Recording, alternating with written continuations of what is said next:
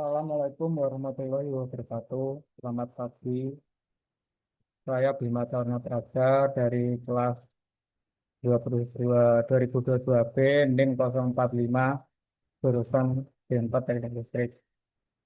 Pada kesempatan kali ini saya akan mempresentasikan materi mengenai teknologi yang serupa dengan IoT atau Internet of Things.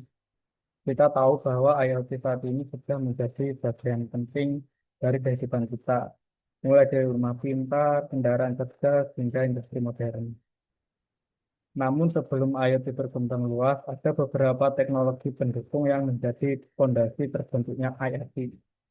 Dalam presentasi ini saya akan membahas empat teknologi utama, yaitu Wireless Sensor Network atau WSN, Machine to Machine atau M2M, Cyber Physical System atau CPS, dan yang terakhir saya pilih Radio Frequency Identification atau RID. Kemudian kita lihat bagaimana persamaan serta perbedaan dari teknologi tersebut dengan IoT.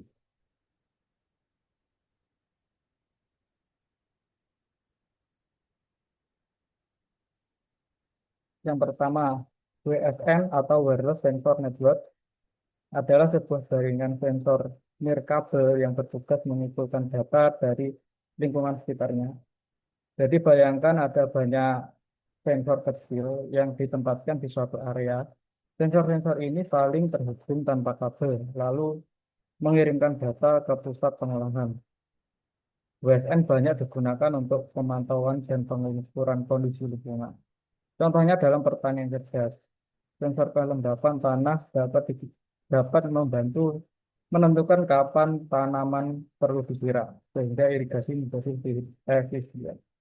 Contoh lain ada di pemantauan hutan, di mana sensor suhu dan asap bisa dipakai untuk mendeteksi potensi kebakaran lebih cepat. WSN juga digunakan dalam monitoring jembatan atau gedung.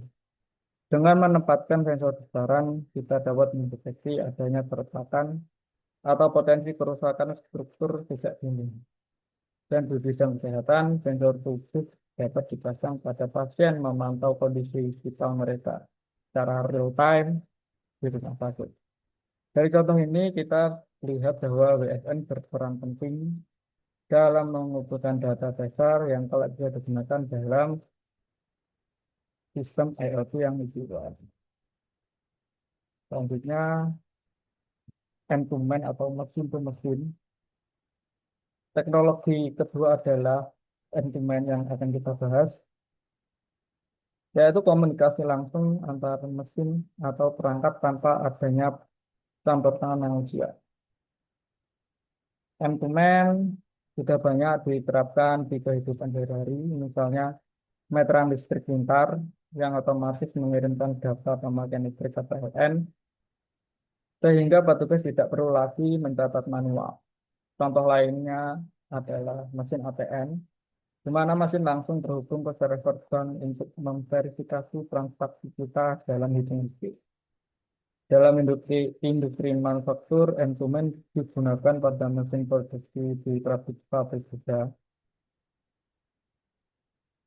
Mesin-mesin ini saling berkoordinasi agar proses perakitan berjalan lebih lancar. Sementara di gedung-gedung modern, sistem pendingin ruangan atau AC saling bertukar data suhu sehingga bisa mengatur penggunaan energi secara hemat. Jadi, instrumen berfokus berkomunikasi atau antar perangkat dan menjadi salah satu dasar penting sebelum berkembang ke IoT. Selanjutnya TPS atau Cyber Physical System. TPS adalah teknologi yang berintegrasikan dunia fisik, yaitu sensor antar yaitu sensor dan aktuator dengan dua digital, yaitu software dan komputasi. Jadi TPS adalah perpaduan erat antara perangkat keras dan perangkat lunak yang saling berinteraksi secara real time. Contoh yang paling lumrah ada di mobil otonom Tesla. Mobil ini menggunakan kamera dan sensor yang diproses secara kecerdasan buatan untuk mengambil keputusan saat berkendara. Dalam industri, ada robot otomatis yang merakit mobil di pabrik adalah bagian TPS, di mana robot fisik dikendalikan oleh sistem digital. Contoh yang lainnya ada smart grid listrik, yaitu sistem jaringan listrik pintar yang bisa menyeimbangkan antara pasokan energi dengan kebutuhan konsumen. Dan di bidang yang terakhir ada sistem medis pintar, seperti robot cerdas yang dikendalikan komputer secara real time sehingga prosedur operasi bisa lebih presisi.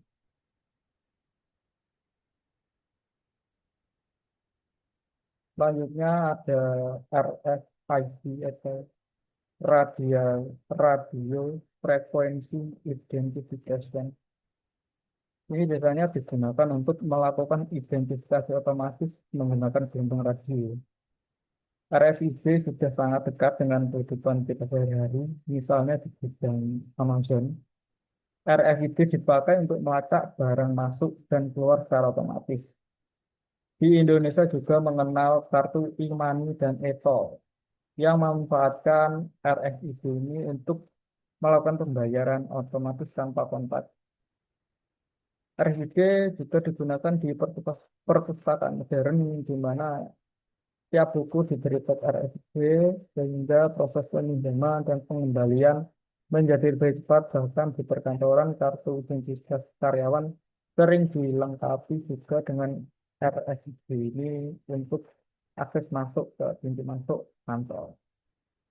Jadi RFID ini ada teknologi identifikasi yang praktis dan ketika digabungkan dengan internet dan sistem lain akan menjadi bagian dari ekosistem IoT yang lebih luas.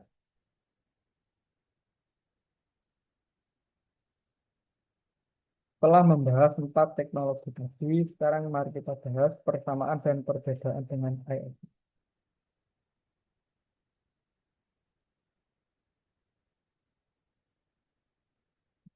Pertama, WSN.